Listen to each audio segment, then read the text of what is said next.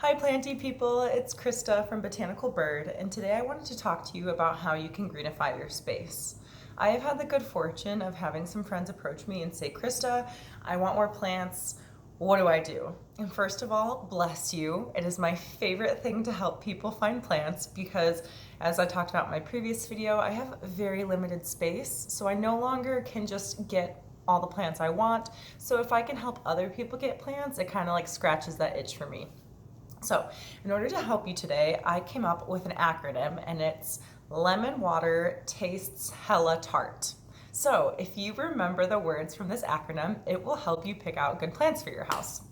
And the first one is light. The strongest sunlight that you're gonna get at your house is from a south-facing window.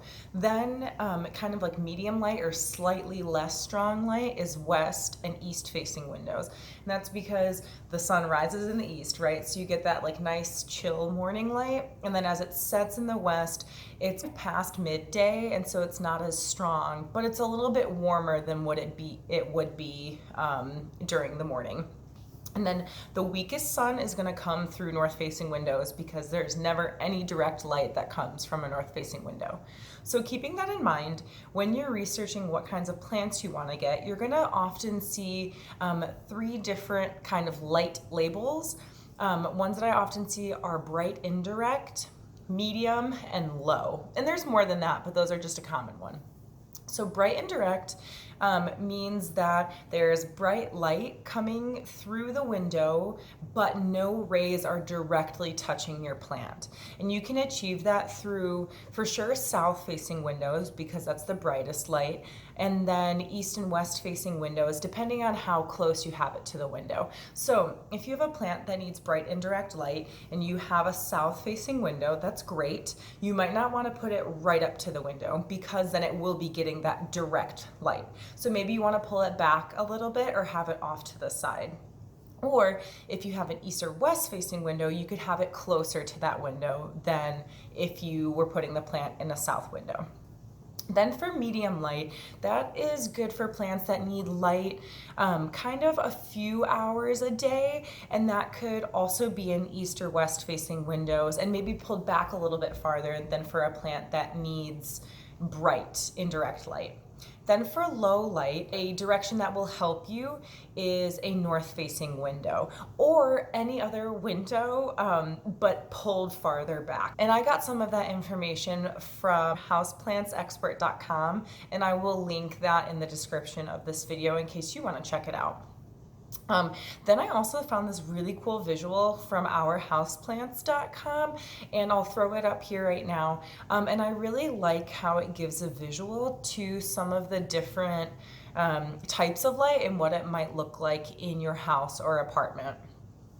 From my experience, most tropical plants often really like bright indirect light. And if you think about it, it's because a lot of the tropical plants that we like grow naturally in a forest, in a rainforest, and they're kind of like bottom dwellers. So they have the protection of the giant trees and the canopy. So they're not getting direct light. It's light that's coming through the canopy and kind of like being dappled onto their leaves. But it's so bright because they're outside that even with that protection, the light is still bright.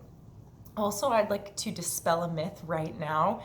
There is no such thing as a plant that likes no light. It's just not true. Plants get their energy from photosynthesis, and they need light in order to do that. So you'll often see plants advertised of like, a plant of steel, this thing doesn't need any light. Not true. There are plants that tolerate low light better than other plants, but no plant loves low light or doesn't need light. There are some that just handle it a lot better.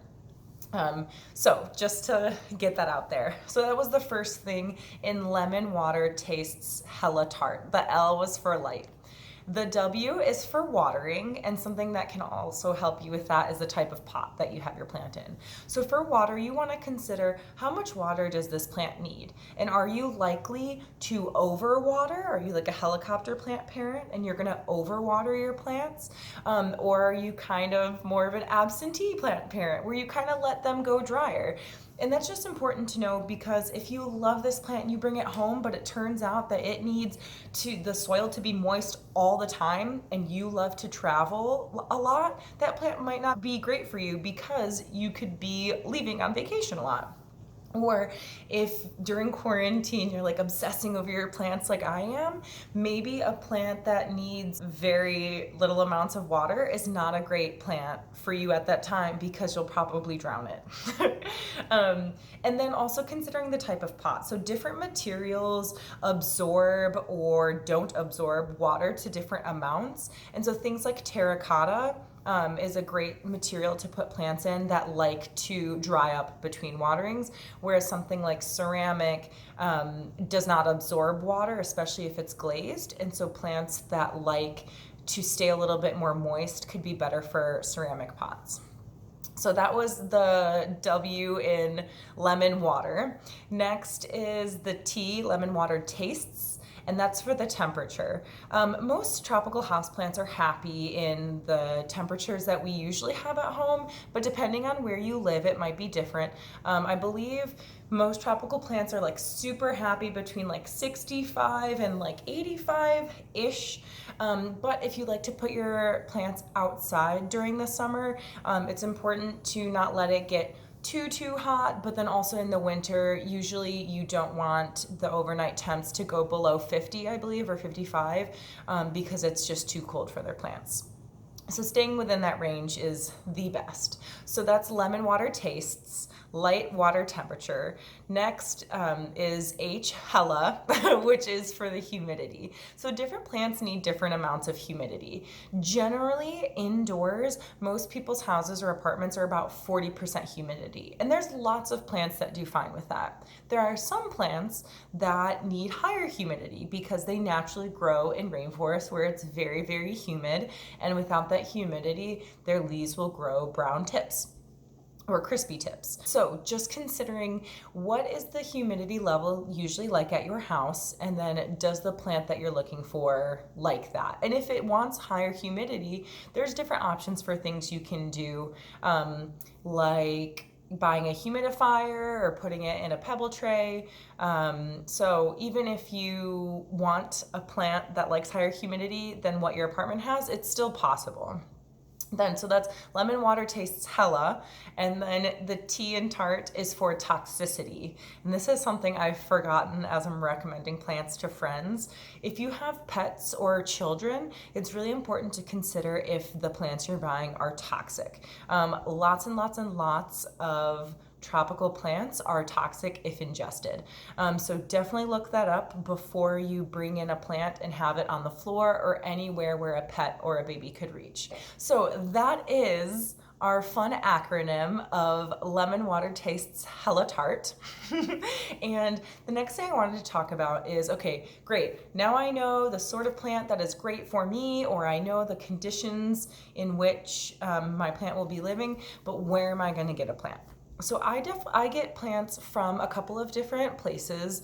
My go-to is usually a local nursery. A pro of a nursery is that you don't have to pay for shipping, and you can pick the specific plant you want. So if you're one of those people like me where you want to look at all the different options and then pick the nicest plant, that's a great place to go. A con is that sometimes it's a little bit more expensive for the plant, but it's offset in the fact that you don't have to pay for shipping. Then there's big box stores like Lowe's and Home Depot. And the pros of that is that you don't have to pay for shipping, and they're usually very inexpensive in the grand scheme of things.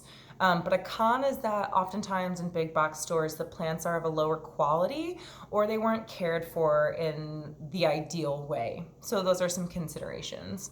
Then different websites that are devoted to selling plants, like plantarena.com, Ariane Botanicals, Gabriella Plants, Etsy. Some pros are that they're usually high quality, in my experience, if it's a company devoted to selling plants. Their customer service can also be better, in meaning that if they're a big company, they have the funds to replace your plant if it wasn't shipped properly, or if there's an issue, or like they have like a customer service department. But a con is that you got to pay for that shipping, and that can often up the price. So just some considerations and some options for different locations that you can get plants at.